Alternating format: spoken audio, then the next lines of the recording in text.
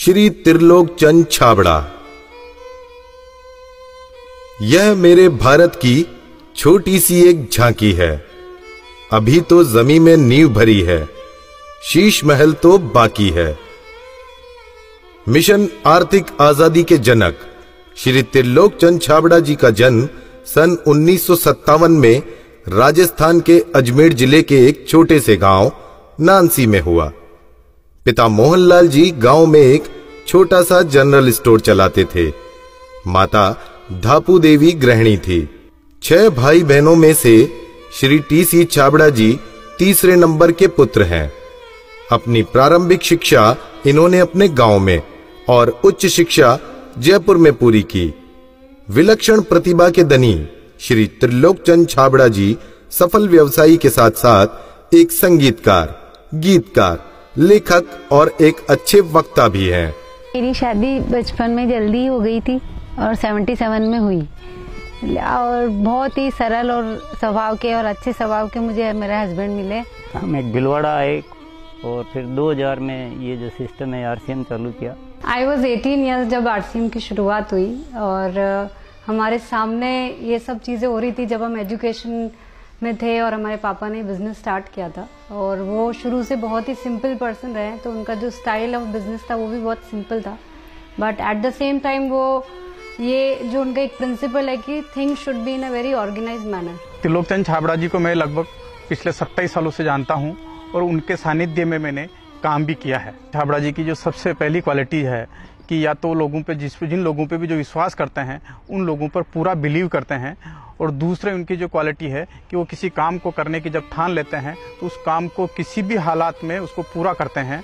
जब ये चालू किया था आरसीएम, उससे कुछ समय पहले कुछ सिस्टम यहाँ हिंदुस्तान में चलते थे जो जानकारी में आए, तो एक दिमाग में पता नहीं एकदम विचार से आया कि ये तो बड़ा सुंदर सिस्टम है। अगर हम इसमें नॉर्मल प्रोडक्ट जो हमारे रोज उपयोग होते हैं वैसे प्रोडक्ट लाकर अगर करें तो ये तो देश के लिए बहुत अच्छा सिस्टम है, बहुत सारे लोगों को इसका लाभ मिल सकता है। और उसके बाद एक ऐसा विचार जो अंदर पैदा हुआ तो उस विचार ने मुझे कभी रुकने ही नहीं दिया। टी.सी. छाबड़ा जी को मैं पिछले 25 सालों से जानता हूं और उनके सानिध्य में मैंने काम भी किया हुआ है। टी.सी. छाबड़ा जी की सबसे बड़ी क्वालिटी है उनके लिए काम होता है। काम छोटा और बड़ा नहीं होता, वो हर काम को उतनी ही सीरियसनेस से करते हैं, चाहे वो काम छोटा हो चाहे बड़ा हो।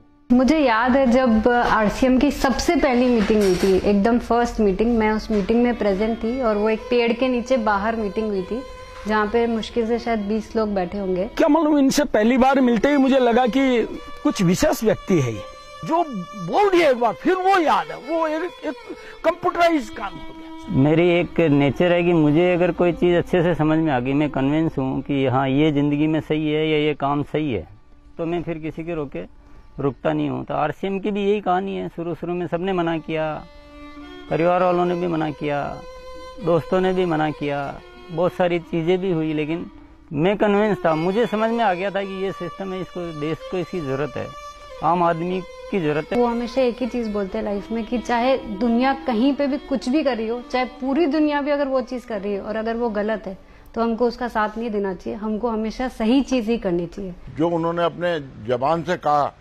उसको उन्होंने पूरा किया।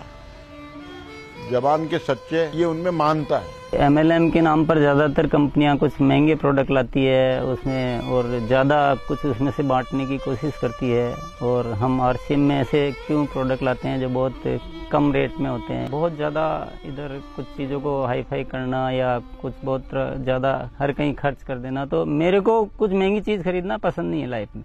तो मेरे को जो पसंद नहीं है मैं बेच कैसे सकता हूँ। हमारे हिंदुस्तान का मिशन मंगल इसका एक बहुत बढ़िया उदाहरण है कि उन्होंने उस पर्टिकुलर बजट में उनको बनाने की सोचा तो उन्होंने वो चीज़ बना कर दी। ये कोई भी वादा करते हैं वो पूरा करते हैं, और इन्होंने जो सोच लिया कि मुझे ये काम करना है वो करके रहते हैं, और इन्होंने जो भी सोचा ईमानदारी से कर रहे हैं पूरा। बहुत सारी चुनौतियाँ आई इस काम को करते हुए।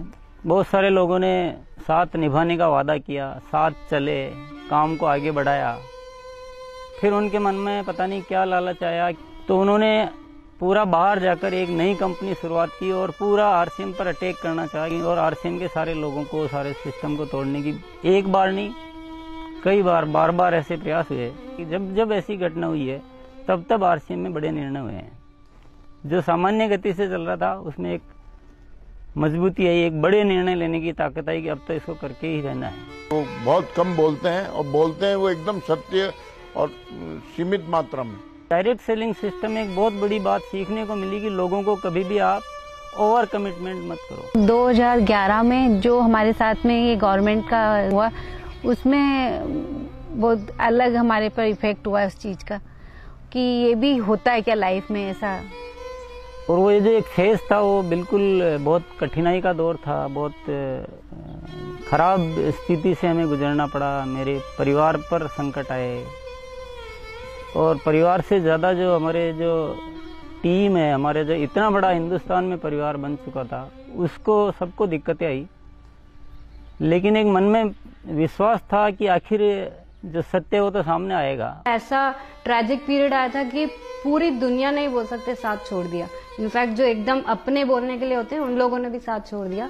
लेकिन पापा की वो जो हिम्मत थी और जब भी हमने उसके बाद या उस दौरान जब भी हमको मौका मिला उनसे बात करने का, उन्होंने एक ही चीज बस हमको बोली थी कि सब कुछ ठीक होगा क्योंकि हमने कुछ गलत नहीं किया किसी के साथ। हमारे जो आरसीएम परिवार है उनका इतना विश्वास था कि उन्होंने 1 साल इंतजार किया और पूरा डटे रहे।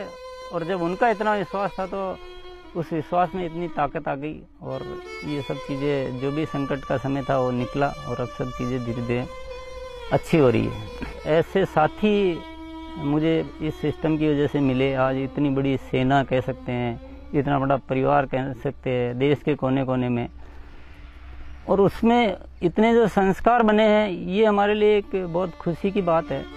इतना बड़ा व्यापार उद्योग धंधा होने के बावजूद, इतनी बड़ा साम्राज्य होने के बाद भी उनमें तनिक भर भी अहंकार या पैसा होने का घमंड दिखलाई नहीं देता है। ये उनकी सादगी और उनकी महानता को दर्शाता है। मुझे मेरे फादर इन लॉ की एक क्वालिटी सबसे अच्छी लगती है कि वो आज इतना बड़ा बिजनेस करने के बावजूद भी वो इतने डाउन टू अर्थ है कि किसी को भी विश्वास नहीं होता जब मैं उन्हें उनकी बातें, उनके किस्से सुनाती हूँ। एक छोटी सी बात ले लीजिए, अगर हम जब भी खाना खाते हैं हम डाइनिंग टेबल में बैठ के खाते हैं, पर वो आज भी प्रेफर करते हैं कि हम जमीन पे उनके साथ बैठ के उनके साथ भोजन करें। त्रिलोकचंद जी छाबड़ा एक व्यक्ति नहीं, आंदोलन है। उनके जीवन में उन्होंने बहुत संघर्ष तो किया ही है, लेकिन सबसे बड़ी बात उनमें है सादगी और सच्चाई। आरसीएम की शुरुआत से ही मैं काम कर रहा हूं और जब आरसीएम बिजनेस की शुरुआत हुई थी तो टीसी छाबड़ा जी की एक सोच थी कि दुनिया में जो कंपनियां आती है मल्टी लेवल मार्केटिंग में, वो बड़ी बड़ी और महंगे महंगे प्रोडक्ट लेकर आती है। और टीसी छाबड़ा जी की सोच थी कि मैं एक ऐसी कंपनी की स्थापना करूं जो इस तरह के प्रोडक्ट बनाए जो इंडियन रेट में हो, इंडियन कल्चर में हो, इंडियन मेंटालिटी को सूट करते हो और आम आदमी उस बिजनेस को कर सके, आम आदमी अपने जीवन को बदल सके। 2016 में इसकी गाइडलाइन जारी की गई भारत सरकार द्वारा। उसके बाद से इसमें काफ़ी स्पष्टता आ चुकी है। उसके बाद हमने पूरे सिस्टम सेट किए, हमने पूरे टेक्नीशियंस सेट किए, हमने लेबोरेटरी सेट की और इतना बड़ा सेटअप हो चुका है कि आज हमारे आरसीएम की प्रोडक्ट रेंज में करीब 400 प्रोडक्ट शामिल हो चुके हैं और आगे ये श्रृंखला चालू है। आरसीएम क्यों अपनी ओन मैन्युफैक्चरिंग इकाइयाँ स्थापित करता है या अपना सेटअप क्यों लगाता है, इसके पीछे जो मुख्य कारण है कि आरसीएम ने अपने प्रोडक्ट डेवलपमेंट में 4 कमिटमेंट कर रखे हैं कि ये चारों चीज़ें हमेशा रहेगी। पहली चीज़ है प्रोडक्ट उपयोगी होंगे, दूसरा स्वास्थ्य के लिए अच्छे होंगे, क्वालिटी नंबर 1 होगी और रेट बहुत रीजनेबल होगी। आरसीएम हमेशा उसके लिए कमिटेड है और इसीलिए इतनी सारी इकाइयाँ स्थापित की गई है और नए प्रोजेक्ट प्लानिंग में है। फर्स्ट ईयर था उस समय 21 करोड़ का टोटल टर्नओवर हुआ था और हाईएस्ट टर्नओवर जो है आरसीएम का वो 1750 करोड़ तक एक साल का हो चुका है। अच्छी बात ये कि हर साल 30% ग्रोथ हो रही है, इसलिए 5-6 सालों से मेंटेन ग्रोथ है। अपनी तरफ से पूरी कोशिश ये रहेगी कि कोई भी कमी किसी भी तरह की हमारी तरफ से नहीं रहेगी कि इस काम को एक बहुत ऊंचे मुकाम पर पहुंचाना है। और जब लाखों लोगों के जीवन में अगर हमारे इस छोटे से प्रयास की वजह से अगर थोड़ा भी हम कुछ योगदान कर सकते हैं, ये हमारे लिए बहुत गर्व की बात है। मेरा गोल जो है वो ये है कि आज अपन इस RCM को हिंदुस्तान में ही नहीं बल्कि कुछ ऐसा करेंगे कि पूरे विश्व में इसका बहुत बड़ा नाम हो। तो आइए सदी के इस महापुरुष, आर्थिक आजादी के जनक, लाखों लोगों के प्रेरणा स्रोत श्री त्रिलोक चंद जी छाबड़ा को हम सब खड़े होकर जोरदार तालियों की गड़गड़ाहट के साथ ओजस्वी उद्बोधन के लिए आमंत्रित करते हैं।